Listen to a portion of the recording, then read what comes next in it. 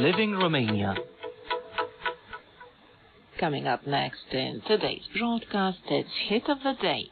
Listen to the Romanian artist Emilian with his latest single called The Sun and the Moon.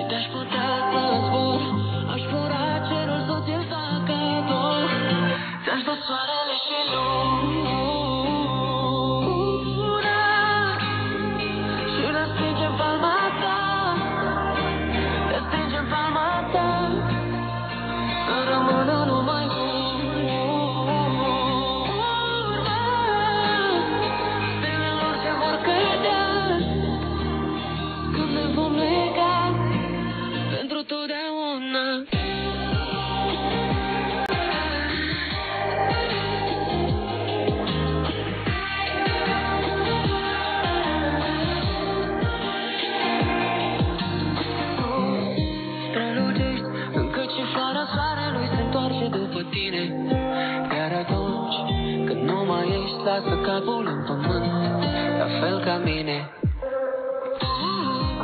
Ești poezia mea, tu, cu versurile n-ați tu.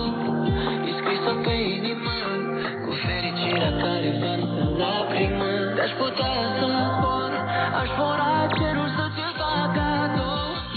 Ți-aș da soarele și luna.